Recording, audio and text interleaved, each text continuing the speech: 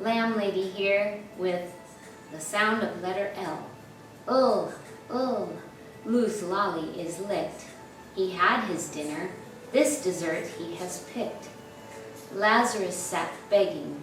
The rich man gave not. After life, rich man wanted, and Lazarus had a lot. Jesus told about a rich man who had friends and shared with them, but not poor Lazarus begging for food at the rich man's gate. Lazarus needed just a little food every day to keep going, but he was sick.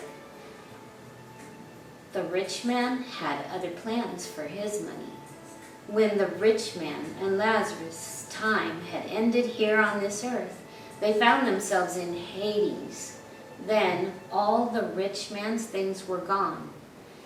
Lazarus was able to stay in comfort with Father Abraham, not the rich man. Jesus says, then he cried and said, Father Abraham, have mercy on me, and send Lazarus that he may dip the tip of his finger in water and cool my tongue, for I am in agony in this flame. Abraham said, Son, remember that during your life you received your good things, and likewise Lazarus bad things. But now he is being comforted here, and you are in agony.